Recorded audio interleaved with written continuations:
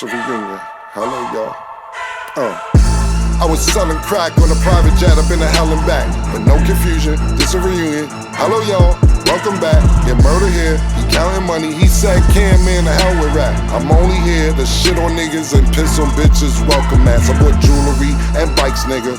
Black Benzes and white Vigors. Now I'm out here and I'm looking for more chandeliers and light fixtures. Nah. I don't like niggas, what's wrong with me? I'm a hype nigga, but this 44 turn to Michael Jordan. I look and say, take flight, nigga. Welcome back to It Is What It Is. This episode is sponsored by Underdog. The app is an easy way to make some cash just by making picks on your favorite players. Underdog is available in more than 30 states, including California, Texas, and Missouri, just to name a few. Make sure to support the show by hitting the link in the bio and downloading the Underdog app. Use code MACECAM or STAT to get up to $1,000 in bonus credits with your first deposit and a free pick. I'm Treasure Wilson, aka Stat Baby, along with your hosts Mase and Cam. Killer, what's good, man? How you doing today? Chilling, man. That's what's up. That's what's up. To hear. Okay, today we are joined with our analyst, Arabia. Arabia, how you doing? Great, how are you? Good to be here. What kind of flag is that in the background? I can see why you would say that. On the left, these are curtains, and then the back wall is white, and then to the right, my right wall is navy. So it's just coming together looking like a flag. Oh. Okay. So what's your nationality? I'm Black, Negro, and African American. How you speak Spanish so fluid?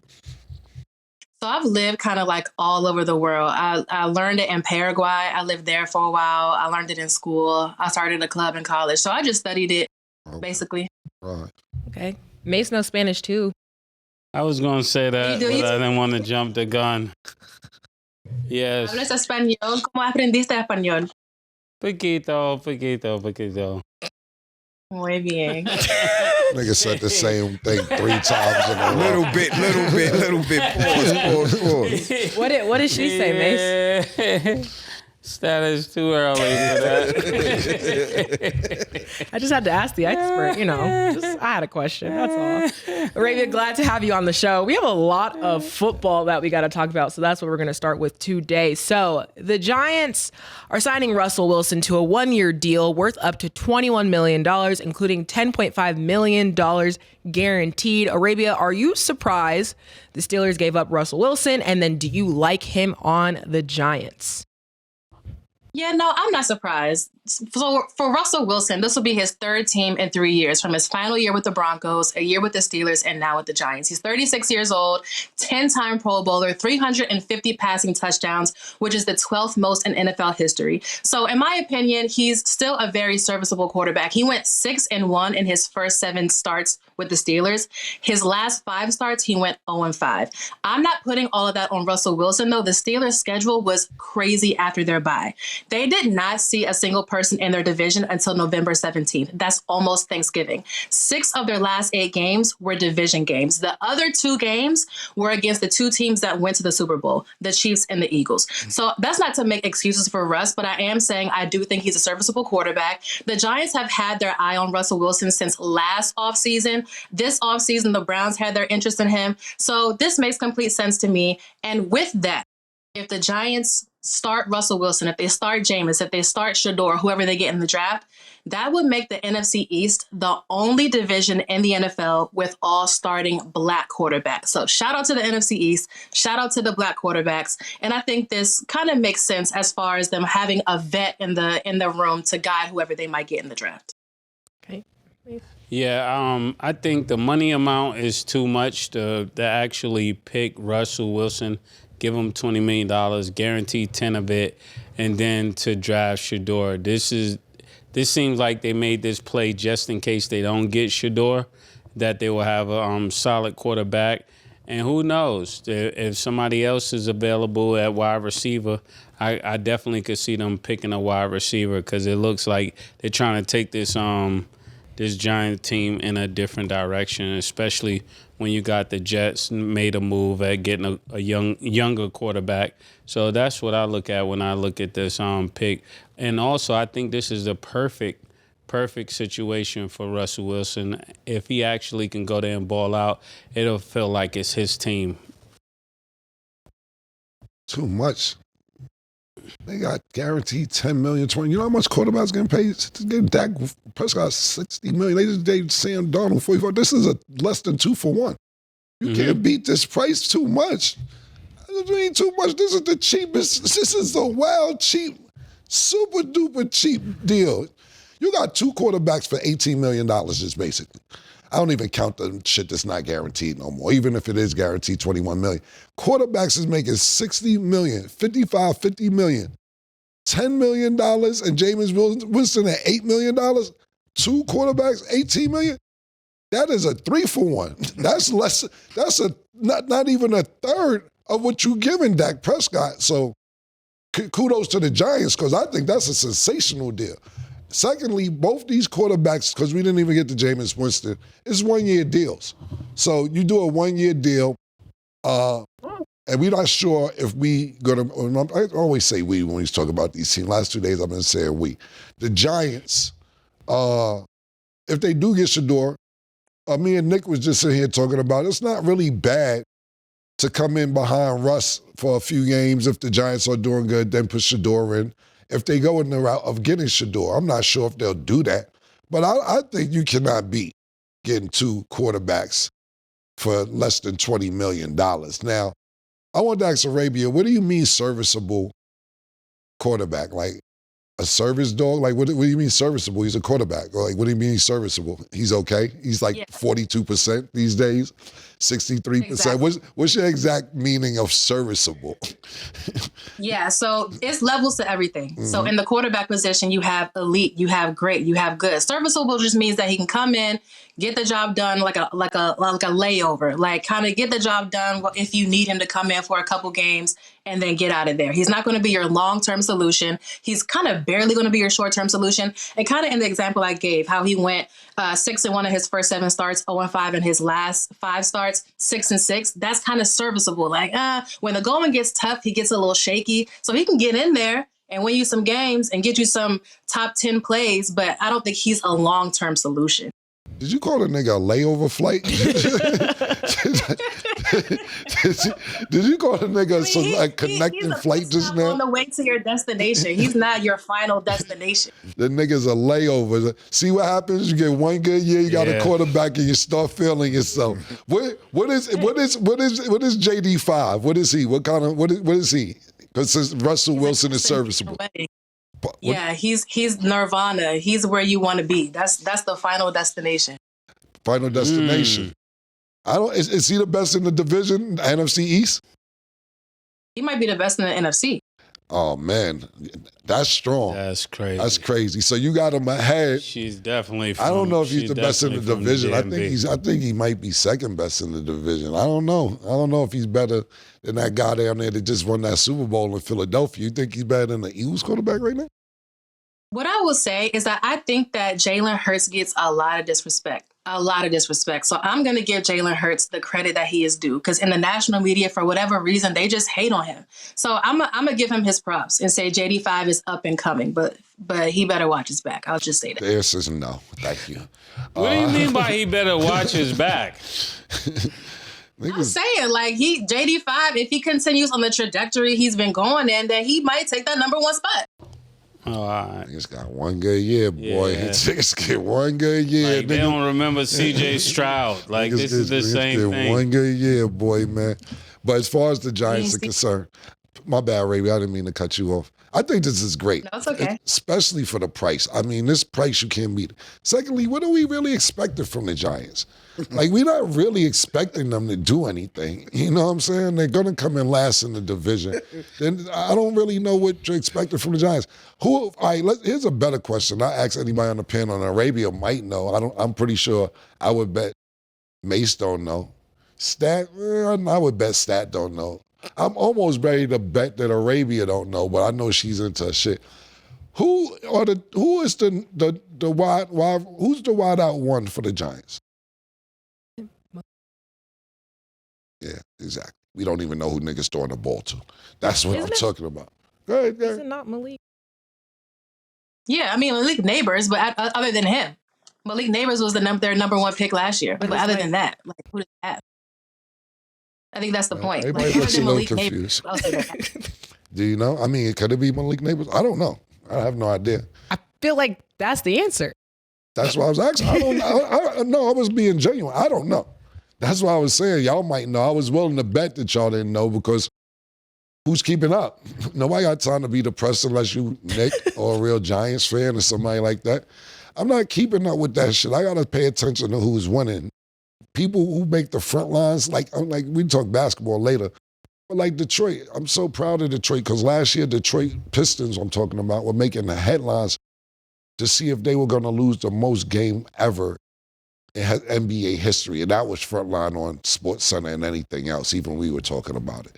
So I'm happy for Malik, your man or whatever, but it don't sound like he's somebody that I need to know just yet if he's their number one pick last year. I was being facetious and inquiring who's really the fucking number one wideout because I don't know. I don't even know who these niggas throwing the ball to.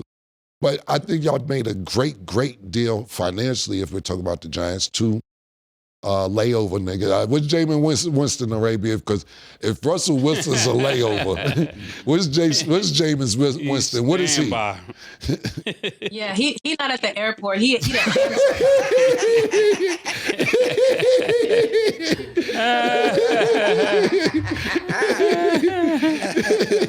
Niggas said Jameis Winston is Greyhound, man. It's fucked up, B. What is he? You say he's not at the airport. Where is he? He Amtrak. He like She said Amtrak.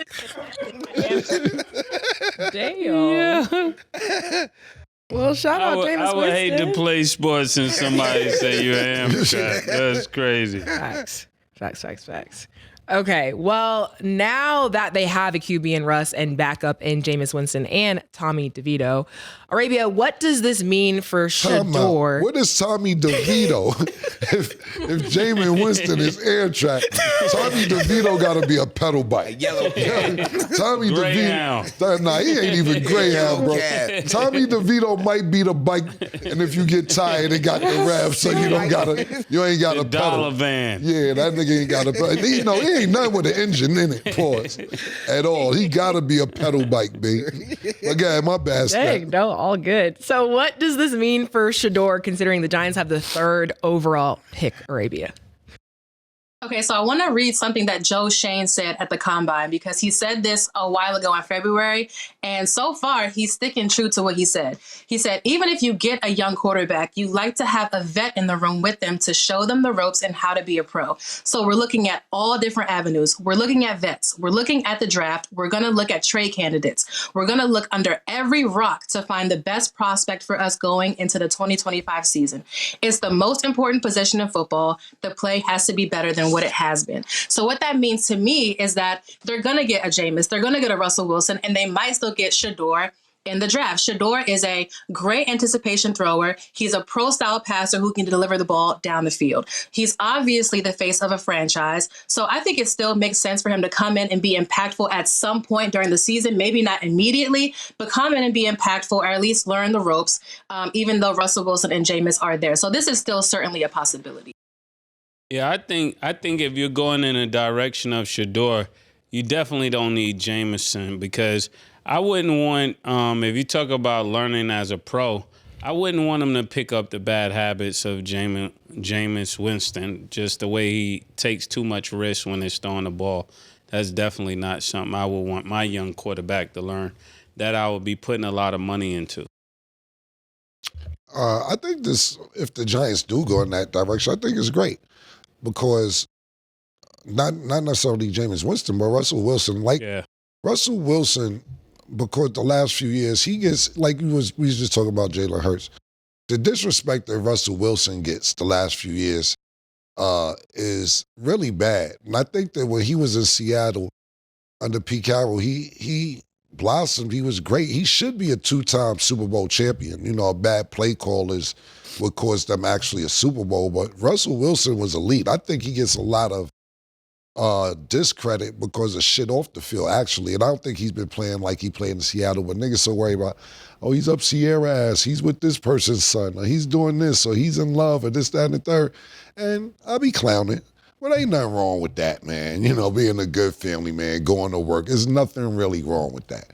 It's just that you doing it with somebody that we know, baby mother and his kid. So it'd be looking like, yo, what are you doing? But I think overall, he's a professional's professional.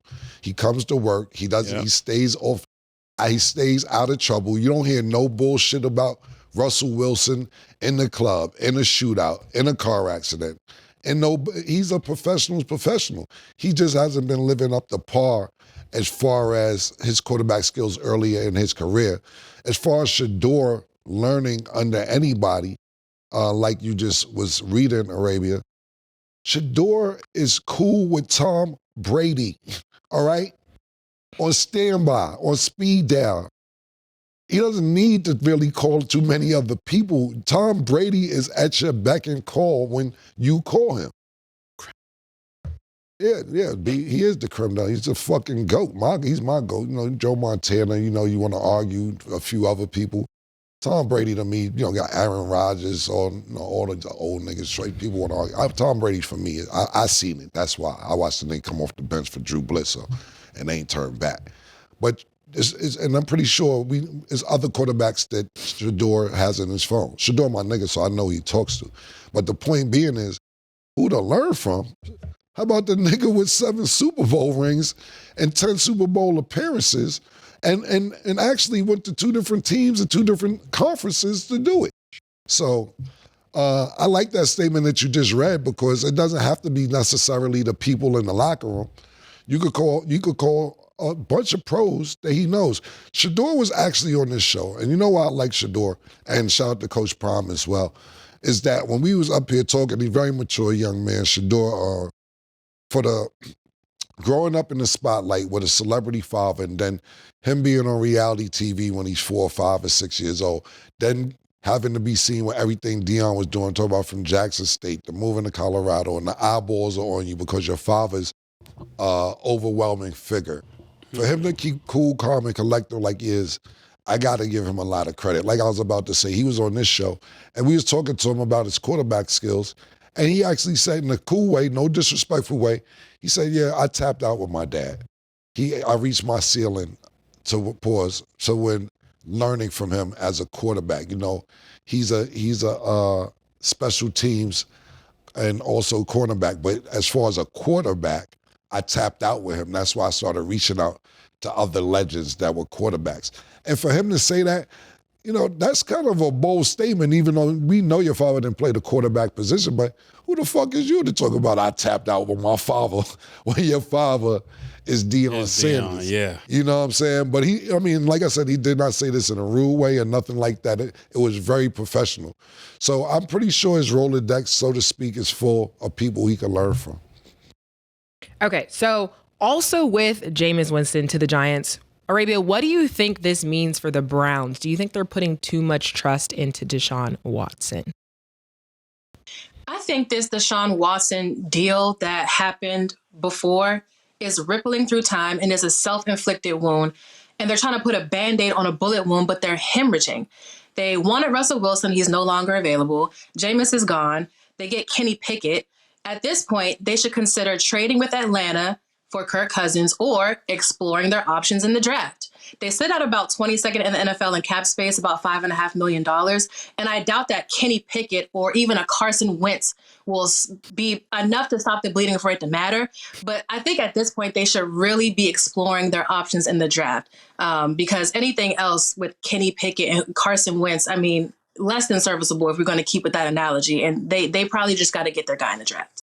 What is Watson at this point? When you talk about layovers and you know, Greyhound and all of this, I want to know what your temperature is on Watson.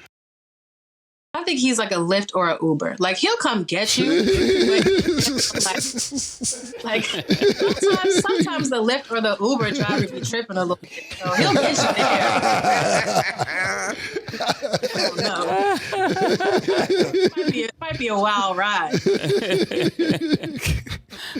I like these analogies. Yeah. I really like these analogies. So does Uber be tripping or is that Lyft? It depends on the driver. That's the thing. Like, it could be Lyft, it could be Uber, it could be the taxi. Like, whoever in that driver's seat, it depends on their mental state. It depends on their health and well-being. If he ain't right, then the ride ain't gonna be right. And just for the listeners, is he black car? Is he ride share? Pause. What is it? No, he's the regular joint. He's not even like the when you could pay $2.99 or something like that for the extra time. No, he's just the regular ride. Okay. It's crazy. Damn. I don't know, man. Like the Browns, it was a time a few years ago that it looked like the Browns may be all right. And this before the Deshaun Watson era. Baker Mayfield was there. They got OBJ. It was like, all right, the Browns, Myles Garrett, etc. It was looking like, okay, the Browns may be able to make some noise. And that shit just crumbled faster and faster than, we watched this shit unfold in front of our eyes. Then you get Deshaun Watson, it was a time with Deshaun Watson, even when he was coming out of Clemson. And his coach, Dabo, was like, yo, y'all getting the Michael Jordan of the draft, I'm telling you right now. Then when he went to Texans, he looked like he potentially may be the Michael Jordan of the draft that particular year. Then he doesn't play. Then the scandal comes out. Then you get the $230 million guarantee. Then you get the Cleveland, you're not performing exceptionally well. Then you get hurt. It was just a downward spiral for Deshaun Watson the last 4 years, partly because of blame on him, partly injuries. Me personally, I think it's kind of crazy. Pardon me. I thought it was kind of crazy, and I'm not insinuating anything. I'm just saying the timing-wise of this is that when he wanted to get a trade out of Texas, remember the Texans didn't want to get rid of Deshaun Watson. He wanted out because his receiver is wide out left and went to Arizona. So he's like, yo, I don't want to be here no more, et cetera, et cetera, et cetera. And Houston didn't want to get rid of him. Then he kept throwing a fit. I want to get out, I want to get out, I want to get out. Then boom, the allegations hit. Hand job after hand job after hand job after hand job after hand job. I'm not accusing Houston of knowing about these hand jobs, the Texans, but it's kind of like, yo, when niggas, all right, you want to act crazy, we've been sweeping shit under the rug for you for a little while. But since you want to be crazy, we'll let all these allegations come out. Not saying they shouldn't have came out before. I'm not saying sweep anything where a female feels disrespected, in an uncomfortable situation under the rug at all. But I just thought it was mighty strange at that time that they came out. So they probably knew about it, but then he threw a tantrum and left. But I think for us, the Browns are concerned, I really have no idea. I don't know, because I don't even know if Deshaun Watson is going to be healthy when they start the season. So I don't really know what you want me to say, Stat. That's fair. About the Cleveland Browns. We don't even know what's going to happen. Yeah. And then the thing about it is, even when you say Jameis Winston late leaving, he wasn't doing shit when he did. I was more excited to see him throw the next interception.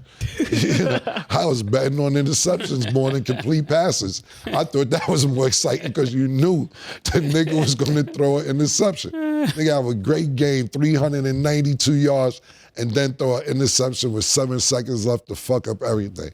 That was more entertaining than him actually throwing the 390 yards. So I have no idea where Cleveland's going. We'll see as the summer comes. Yeah, and I don't know how he's going to return, especially how he exited this year. If he comes back even healthy, like thinking about you was actually hurt the last time you was on this team and the crowd was booing you as you're getting escorted off the field, lifted off of the field. That's just, I don't know if he even have that kind of mental fortitude to be able to show back up the work and to give somebody your all that you know ain't really feeling you. To be honest, my take, I don't feel like any of these decisions that these teams have made make any sense to me.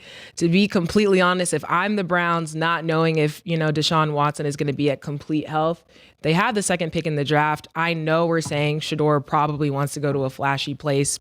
If I were the Browns, I'm not listening to any of that. I'm choosing Shador. I'm going to choose the better quarterback rather than letting him fall third to the Giants when they already have Russ, Tommy DeVito, and then, of course, Jameis Winston. That just doesn't make sense to me because I feel like you're doing them a favor. And why would you do them a favor? I feel like this is the time to be selfish and get something that I feel like is going to help your team more in the long run. So all these, decisions, I just don't think it's making sense. And I would hope Shador gets put in the best situation. But at the end of the day, we know that the top draft picks don't necessarily go in the best situations anyways. So might as well just choose him second overall at this point. So let's say that the what's his name, the wide receiver from Colorado goes first. Okay. And it's left to be Shador and you can answer this too, Arabia. If you got Shador or Cam Ward at number 2, which one are you picking and why? For 2? Yeah. Well, I think that the first quarterback being chosen, in my opinion, is going to be Cam Ward. So I just think at that point, it's whoever chooses him. But I don't even know if at this point, which we'll talk about it later, I don't know if Travis Hunter is going first overall. Oh, okay. I think, the Titans are going to choose a quarterback because that's what they need. Oh, okay. But Arabia, you can give your opinion as well. Yeah, I think 2 things about that. Number one, I think that, pretty much if Cam Ward is there and Shador is there, the Browns' offense, like Kevin Stefanski's offense, more closely resembles what Shador has been playing in lately. So sometimes it's not about best available as much as it is who fits most in your system. And the thing that's in common between the Giants and the Browns is that they both have head coaches who are kind of in the hot seat. They're at the end of their rope. So Brian Daboll, if things don't go well, they're going to be looking at him like your job is in jeopardy. And same with Kevin Stefanski. They're only going to be around for so long as head coaches if things continue in this trajectory. So they're going to be really cautious with the quarterback moves that they make because their success and their job titles are closely tied to the quarterback position. Unfortunately, that's just the way that it goes. So Kevin Stefanski might be more inclined to get a Shador Sanders because of the type of offense that they run. But if he's going best available, then he might end up going Cam Ward. Okay. So speaking of the draft, we know that the Titans had the first overall pick. They actually held an additional private workout with Cam Ward. So Arabia, do you think that Cam Ward is going first overall, or do you think it could be Travis Hunter? Yeah, I think it's going to be Cam Ward who goes first overall. But honestly, I wouldn't be surprised either way. Stranger things have happened. If it's Travis Hunter, I wouldn't be surprised. If it's Cam Ward, I wouldn't be surprised. Neither of those things are like groundbreaking, shocking news. What I will say, though, is that clearly they are heavily pursuing Cam Ward, not just with this additional workout, but having several people at his pro day, in addition to another pre-draft meeting that they said went really, really well. So this could be a draft tactic. Sometimes teams kind of pretend that they're super interested in someone so that if someone does want that number 1 spot, they have to put together a strong package if someone wants to move up to number 1. The last time that a team gave away that number 1 overall pick, the Bears and the Panthers, the Bears netted a number 9 overall pick, a number 61 overall pick in the 2023 draft, a first round pick in 2024, a second round pick in 2025, and DJ Moore. And that was back then. So if someone wants that number 1 pick with the way that the Titans are really, really pursuing Cam Ward, they would have to give him the sun, the world, and the moon for real, because they are really making it known that that's who they want. Whether they actually want him or not is one thing, but it could be just a tactic to make sure that other people know if you want this spot, you have to give us a lot. Yeah, I think the city of just thinking about Tennessee right now, they definitely need something good to be out there. I think Cam Ward would be the best fit. I don't think it makes no sense to pick a wide receiver without a quarterback. That just doesn't make sense. But teams do it all the time. So if I'm Tennessee, the Titans, I'm definitely going with Cam Ward first. I would like to see Shador in New York or somewhere like that. But definitely, I don't see him going to Tennessee. Well, there's been a lot of chatter yesterday on X and everything else about Abdul Carter saying he's going to be the number 1 pick because he's the best player in the draft. And Cam Ward say he after his pro day, he said he solidified that he's going to be the number 1 pick. Then Abdul Carter said from Penn State said, I don't know what the fuck Cam talking about. I'm the best player in the draft, and the best player in the draft should go number 1. What I say to that little chatter or that banter that was going back and forth is that Tennessee, is Abdul Carter the best player in the draft? Probably so. But do you need a quarterback? Absolutely. Let's think about this. Tennessee is in the AFC. Who's in the AFC? Pat Mahomes, Justin Herbert, the usual suspects, Josh Allen, Josh Allen, the Joe Burrow. Sorry about that. I don't know why I'm drawing a blank. But the point being is, the AFC is loaded with quarterbacks. I don't know who the fuck Tennessee quarterback is right now, bro. So to have a name and not just a name, a face to put with the franchise, that'll be good. Is Abdul Carter the best player? Probably so. All he got to do is get to the quarterback. But when the ball is in offense, you got to score. What you gonna do? Who's throwing them passes? You have a good defense or one defensive player to start putting good pieces around your defense. But if you're not scoring in the AFC, you're not gonna win. So Abdul Carter, I get that you may be the best player, but it ain't about the best player. If you can get the best quarterback for a team that needs a quarterback in a conference that's full of loaded quarterbacks, I would go with Cam Ward, me personally. Very good point. So now that leaves the Steelers, Arabia. Do you think they will be snagging Aaron Rodgers? I mean, rumors are swirling that Aaron Rodgers could land there if he doesn't retire or bully his way to Minnesota.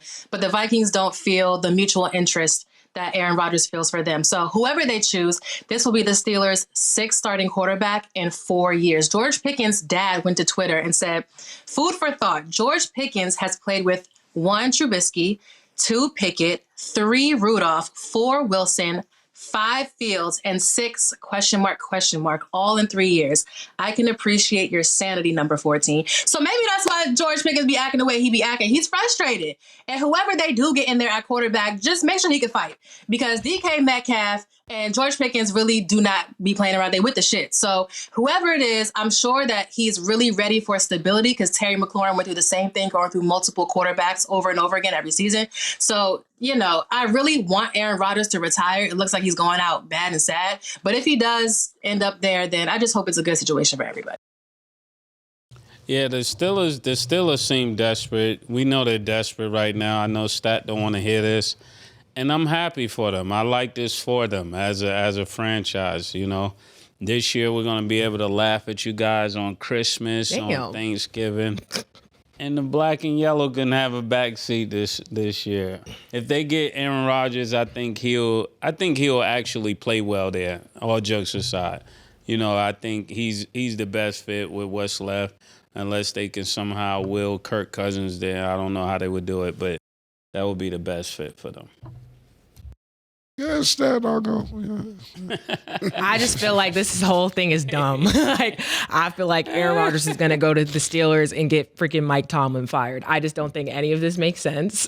I think he's going to get him fired? Yeah, the same way that he got Robert fired, I think he's going to do the same thing to Mike T. He goes in situations, makes it about him. Yes, the core is the quarterback, but we need everybody to be working together in unison. I don't think he's going to do good with our situation. I don't even understand why we got rid of Justin Fields to begin with. He started off our season 4-2, which was pretty good. We could have built it off of that. Let me get rid of Russ. I just feel like all these that's why I said nothing today to me is making any sense. So if y'all want to play around with Aaron Rodgers, guess we got to go ahead and play around with Aaron Rodgers and see what happens. But I'm tired of seeing what happens because we don't have time for that. This is not, literally, as you say, now is not the time. Now is not the time. Yeah, now is definitely not the time. But I think this is the way y'all set it up. You put a lot of stake in Russell Wilson. This is when that 1 year quarterback doesn't work out. When you only got somebody on the contract for 1 year. I mean, the same thing could happen in the situation that he's in now. I mean, they signed him for a vet minimum. He was very much low stakes for us to try with. And yes, the end of the season didn't go as planned, but I think that was something to build off of rather than quite literally, to Arabia's point, starting with another quarterback. And then they talking about they signed back Mason Rudolph. Mason Rudolph did good at the end of the season when Kenny Pickett was injured, but he's still not a starting quarterback. So I just think this is dumb because year after year we're in the same situation of who is our quarterback and what are we going to do? 3 years now? Come on. We need a solution. Right. That's how I feel. I think Aaron Rodgers coming in there and trying to take over is a legitimate concern because clearly he did that in New York. But I don't think Robert Saleh is Mike Tomlin. I don't think Mike Tomlin, the guy who I know him to be, is going to allow anybody to come and step to him and his program. I just think the type of man and the type of coach and the type of leader that Mike Tomlin is, you're not about to come in there and just run his program. So I wouldn't have that same type of concern with Mike Tomlin and the Steelers that happened with Robert Saleh, but I can see why some people will be averse to Aaron Rodgers given that he has that kind of diva mentality. Yeah, I just think it sounds good in theory, but truthfully, a lot of things happened this year that I didn't expect. So I think we're at the point where it's like literally anything can happen. And that's kind of where my mentality is at. Yeah. Yeah. Stat, you say now's not the time, but when is the time? Because everybody's getting their shit together. When is the time to get y'all? I'm trying to figure out the same thing. The whole trusting the process, I'm for it. When is the time, yeah? You said, when's the time? I wish I had an answer. The time's now. Exactly. I like exactly what Arabia said, to be totally honest with you. Aaron Rodgers, fuck Pittsburgh. Bully your way to Minnesota. They had a great year last year. The team's already in place. I think, to be honest with you, they shouldn't even got rid of Sam Darnold. He folded them last 2 games. But with that experience, that's going to carry over into next year. I know it cost them a few millies, like my nigga Mike Irvin would say. But yo, bro, that nigga had a sensational season. We got to think about this. The division was on the line the last game of the season. Now, they didn't look good against the Lions, and then they didn't look good, obviously, when they got bumped out the playoffs. But Sam Darnold had an absolutely great team. And them niggas is sitting there right on the cusp of winning the division. Think about this. I think they went 13-4 or 14-3 and didn't win the division. Now, that's kind of crazy because the Lions were just that good. If you put Aaron Rodgers there, and he has we're not talking about New York Aaron Rodgers. Let's just sweep that shit under the rug. It was a disaster. But he won the MVP 2022. You give me a 2022. Now, it's not that long ago, all right? When you're older, it can seem like years and years and years ago. It wasn't that long ago. You give me the 2022 Aaron Rodgers in Minnesota. I love it. I like the way Minnesota looks. I like that a lot. I wasn't even thinking about that. But Minnesota needs a quarterback. Fuck Pittsburgh, Aaron Rodgers. You ain't got time. And I think that's why Aaron Rodgers, to me, it isn't just about Pittsburgh being hesitant. I think Aaron Rodgers is hesitant. I think Aaron Rodgers is like, well, Arabia just said, but Aaron Rodgers knows that. I can't go in here and tell Mike Tomlin what the fuck to do like I would tell anybody else what the fuck to do. I can't tell a nigga shut the fuck up and call the play so I don't have to run it. I don't think they're having that. I like that. Aaron Rodgers with Minnesota, because you're not just in Minnesota, you're in division with Green Bay. So you got to go back to your old team and play them twice a year. And him against Jordan Love, I like that. I want Aaron Rodgers in Minnesota.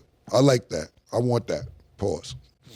Okay. And it's happened before, like with Brett Favre, who Aaron Rodgers sat behind Brett Favre, and Brett Favre did that. It was one of the biggest division rival moves ever, where he went from Packers to the Vikings. So there's certainly a precedence for his mentor doing the same thing. Yeah, I remember that clearly. Brett Favre did that shit out of spite, though. He like, all right, cool. Y'all niggas don't. See, Brett Favre was a diva. Brett Favre, first of all, when you going to pay back that welfare shit, man? First and foremost, man. Y'all niggas in Mississippi just running wild, man. I seen the case. I actually read up on the case file. Brett Favre and the governor and everybody else literally was taking money out the welfare fund for him to fund some football, volleyball, I don't fucking know, some shit, whatever it was, out the welfare. It was mad other places they could have took money from. That's foul. But anyway, Brett Favre was on some diva shit. He didn't want to come to training camp. He didn't want to say if he's committing for the season, etc. So they moved on to Aaron Rodgers, and Brett Favre was spiteful, like, bet, y'all don't want me? I'm going right in the division. And Arabia's right. It was crazy, Minnesota against Green Bay. And I think years later, this could be the same type of energy. I would love to see that. Okay. And then a last football topic before we go to break. So Stephon Diggs is signing with the Patriots on a 3-year, $69 million deal, including $26 million guaranteed. Arabia, are you surprised his journey in Texas is at an end? And do you like him being on the Patriots? Yeah, I mean, his contract included him being able to kind of wheel and deal and himself as he wanted to. Stephon Diggs and Drake may actually be a really good connection. He sustained an ACL injury in week 8 against the Colts, so he didn't even play the entire year, which is unfortunate always. So I think this could potentially be a good quarterback-wide receiver connection. The Patriots wide receiver room had the fewest receiving yards in the NFL last year, just 1,723 receiving yards. So he's going to go and boost that room for sure. The Patriots were also heavily pursuing Chris Godwin before he eventually re-signed with the Bucs. So this, to me, is like good for him. He's from the DMV, so shout out to the DMV and athletics around here. So this doesn't really surprise me. I hope he does really, really well. Whatever. Patriots. Yeah, that's why I passed. It's really not your job to pass, but okay. She's getting paid to get but I don't have a lot of intel on losing teams, you know? I mean, it's Stephon Diggs, though. My opinion with Stephon Diggs is that it's a couple things. Look, we know his situation in Buffalo didn't really end that well. The first year he leaves, Josh Allen gets MVP. It's kind of crazy because they're sitting there saying, you ain't getting me the ball, this, that, third. Fine, he leaves, he goes to Houston. Then Josh Allen gets the MVP. Kind of looked like he was in the way, possibly. I'm not going to say that because Stephon Diggs is fucking good. And he was doing really good with Houston. To be honest with you, I think that's the difference in Houston possibly going to an AFC championship, you know, with him not being there. When he was there, he was fucking great. They actually beat Buffalo when they played in the regular season. So we'll see what happens. I don't think this is going to change the Patriots' outcome this season. But go get your money, young nigga. I'm not mad at that. I think that's where he's at right now mentally as opposed to winning the Super Bowl. He's probably at the point where let me get the most I could get from these motherfuckers because they don't like giving niggas guaranteed money, et cetera, et cetera. So I think he's at a point where he's saying, I'm getting my money because nobody's banking on the Patriots, whether it's Drake May, Drake the rapper, whoever. They don't give a fuck about the Patriots. I don't think nobody gives a fuck about what the Patriots doing and them possibly win the Super Bowl. Especially even in the division, even year after year, we keep saying, okay, look, Miami's going to do something, and we don't know what's going to happen with Tua, et cetera. And with Josh Allen doing what the fuck he's doing right now, nobody's even thinking about Buffalo not coming in at number one. Second threat to Buffalo, to me, in the division, probably be Miami. The Patriots are not even on the list. Sorry, Rob. Yeah, I definitely. I'm talking definitely. about my nigga Rob Kraft. I'm sorry. It's my nigga. Yeah, I definitely would have liked to see Diggs just either stay at Texas or go back to the Buffalo Bills. I think with the way the Bills showed up this year, he would have been great back there if he could have just got over whatever they were going through personally. Nigga can't come back over here if I'm Josh Allen. No way. No, absolutely not, bro. I'm averaging 50. I'm looking great. We made it, you know, my only kryptonite is Patrick Mahomes if I'm Josh Allen in the whole fucking world. Absolutely not. No, thank you. That's valid. Okay, Arabia, it was a pleasure to Arabia, have thank you for coming on again, man. And thank you for the flag. Yeah, I'll have a different one next time. Yeah, and thank you so much for making these analogies, man, because now I know a Uber from a plane, from a layover, from Amtrak and everything else. I don't know if JD5 is private. I don't know. Would you call them first class or private? Yeah, he the PJ. Yeah. Oh, niggas is Oh, wild. my God. You wild. One good season, niggas is PJ. One season now, niggas. It's crazy, man. That's wild. G5. Man. I give them first class, but goddamn, private is crazy. Hilarious. In the comments, let us know what you guys think. Should Doc Rivers get more credit? We will discuss after the break.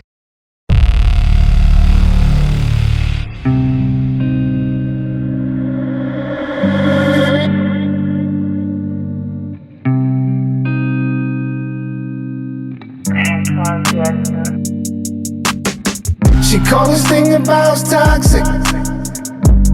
4 years and counting. Got you feeling like an option. Maybe I'm my own problem, babe. She tired of hearing I don't know. My stubborn in me won't fall.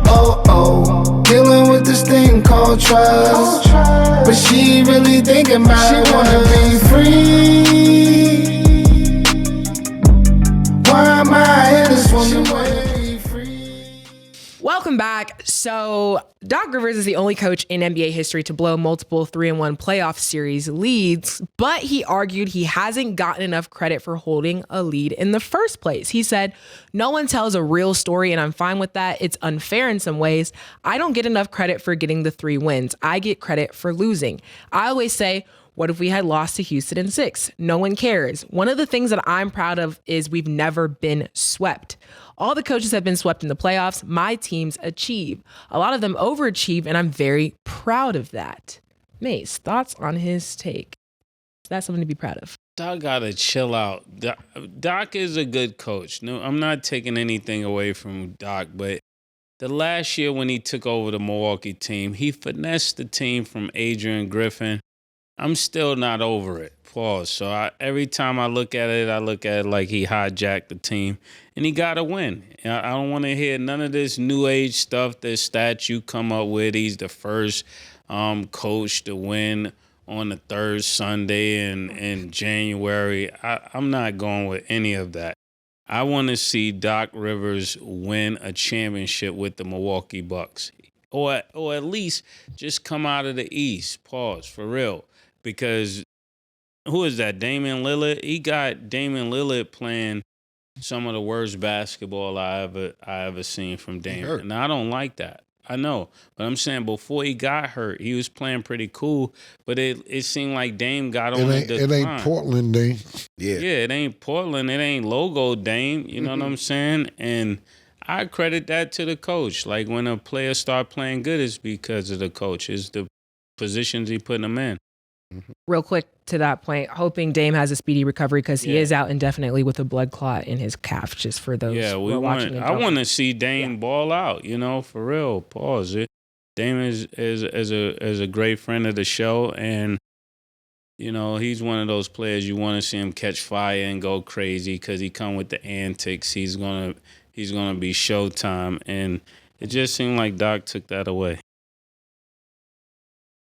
I'm not going. I'm not going to the pity party, Doc. I'm not showing up. You're trying to throw a pity party, and I'm actually not going. Whoever wants to go to Doc Rivers' pity party, let me know how it went, because I refuse to go. Doc, the reason they bring this up is because niggas don't blow pause 3-1 leads. Doc, listen how crazy it sounds. Doc be up 3-1, then lose the series and be like, niggas ain't give me credit for the 3. Games that we won, I get more, we ain't get swept. Doc, you don't get credit for that. You know other people, you sound like, and it's not even and they're actually better than what you did. It's the Buffalo Bills in the 90s with Jim Kelly when they went to 4 straight Super Bowls. Congrats, but you didn't get the job done. Doc, I'm not showing up. I kind of fuck with you here and there too, boys, as a coach. But I'm not going to your pity boy. I don't believe you said, nigga ain't give me credit for the 3 wins. Are you crazy, bro? What are you talking about? Oh, you ain't getting Alzheimer's this early, bro. Because this shit sounds crazy what you're saying, bro. It sounds crazy. Secondly, let's be realistic. You got 1 championship. 1. You know who you got a championship with? Kevin Garnett. Primetime Kevin Garnett. Paul Pierce. Yeah, Primetime Paul Pierce. Primetime Ray Allen.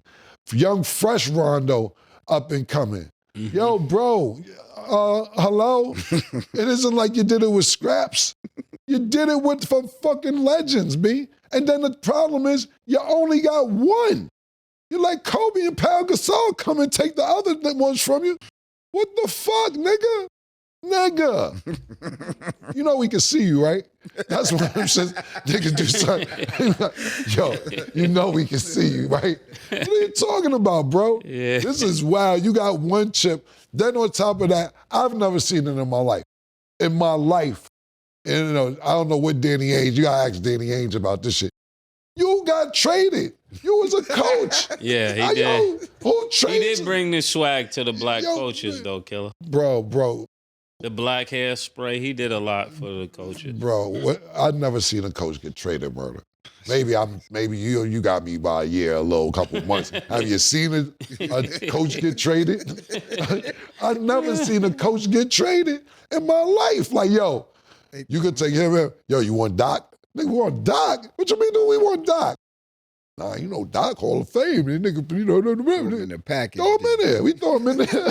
He's a package deal.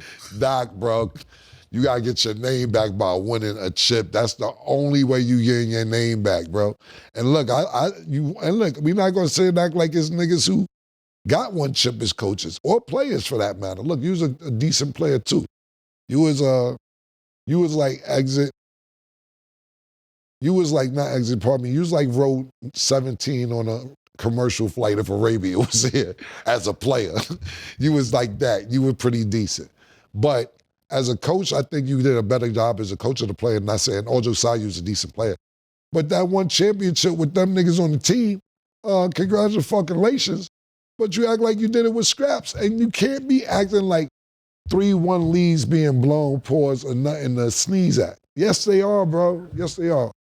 You gotta get your name back by winning, Doc. He did have Donald Sterling, though, mess him up. Donald Sterling, once that came out, murder, Donald Sterling was at the Clippers for 62 minutes after that. I'm exaggerating, of course, but it was about 2 weeks. Adam Silver got Donald Sterling out there. Realistically, once that shit got public, probably about 4 days, 5 days, maybe. I don't know, man. Whatever. I'm just saying, nigga got traded. And you got to win. Not only that, this particular situation that you in with the Milwaukee Bucks, nigga, I don't know what happened, and that's something that we probably will have to ask Giannis if he ever wanted to talk about it. That coach was winning, and Mase just said. Yeah, it wasn't Griffin. it wasn't like they were losing, they was actually winning. Bring you in, all of a sudden you're the coach for the All-Star game. They pull some finagle shit for you, and you're not producing. That's just that. That's that. Okay, so tonight the Bucks will play the Nuggets. Underdog has Giannis at 51.5 points, rebounds, and assists. Do you have him higher or lower, Mase? Lower. Okay. Lower. Okay, Brooke Lopez is at 3.5 first quarter points. Do you have him higher or lower, Cam? Lower. Yeah, lower. Damn. And Jamal Murray is at 24.5 points. Do you have him higher or lower, Mase? Higher. Jamal is not gonna play with the Bucks, especially if they don't have Damian Lillard. It's gonna be a wrap. Jamal Murray has been really inconsistent this whole season. He could go for 30, he could go for 12, he might not be playing. We all know that a healthy Jamal Murray is a fucking problem. That is not a question. How healthy is he is the question. So I see him be at least at 85% with the playoffs coming out. I'm gonna have to say lower right now. Okay. Make sure you guys download the Underdog app and you can make your picks too. So Jimmy Butler had his revenge game against the Heat, but they didn't really get revenge because the Warriors lost to the Heat 112-86, even during Jimmy's tribute video. Some Heat fans were cheering, some were also booing. Of course, there's still a lot of tension between Jimmy and the Heat. But Mase, how do you feel about the Warriors losing that game? I mean, I didn't expect them to beat the Heat. Remember I told you I could see that what's his name? Wiggins was gonna go off. I look at it like a revenge game, but it seemed like he had something to prove as well. So when you're looking at a team like this, I just didn't expect them to win, especially without Steph and Curry. You're not supposed to beat them. Yeah, that's the main thing. Steph didn't play. And we could tolerate Steph didn't play. As much credit as I've been giving Jimmy Butler, I always give Jimmy Butler credit, but the last few weeks for what he's been doing with Golden State has been amazing. This was the game actually to say, because I talked about it yesterday or the day before, I can't remember what day it was, but I actually said that this is the person that could get a bucket when the Warriors need a bucket. I didn't think that Andrew Wiggins could possibly do that. And to be honest with you, listen, we all know what the fuck is going on here. You know who's in the building. Big Pat, rally. Don't play with me, fellas. Don't make me look stupid out here. You know what time it is. I'll fuck one of y'all niggas up if y'all niggas make me look crazy with this nigga. And Steph ain't playing. no excuses. It wasn't a big game from Jimmy Butler, to be honest with you. It wasn't a big game from Andrew Wiggins. Either one of them really went off like that. I believe Andrew Wiggins had 10, Jimmy Butler had 11. Yeah. But it's more impressive that the Heat won in this fashion. Steph Curry isn't playing, but Golden State shouldn't have lost by this many points. So kudos to the Heat. But you know upstairs watching, Big Brother Pat. Yeah, that's exactly what happened. If the Heat lost that game, yeah, he would have fussed them out, and rightfully so. To that point, though, it is kind of interesting seeing the Warriors gameplay because they did lose to the Heat and they lost to the Hawks. We know that Steph is out, and we know that Steph is that core, but I'm interested to see kind of how the games go along for them while Steph is still out because they ain't looking too hot. They ain't looking too good. I ain't gonna lie. So hopefully they figure something out because they're going to need to fix that for sure. But with that being said, that's all the time that we have for today. Thank y'all for watching. And as always, it is what it is.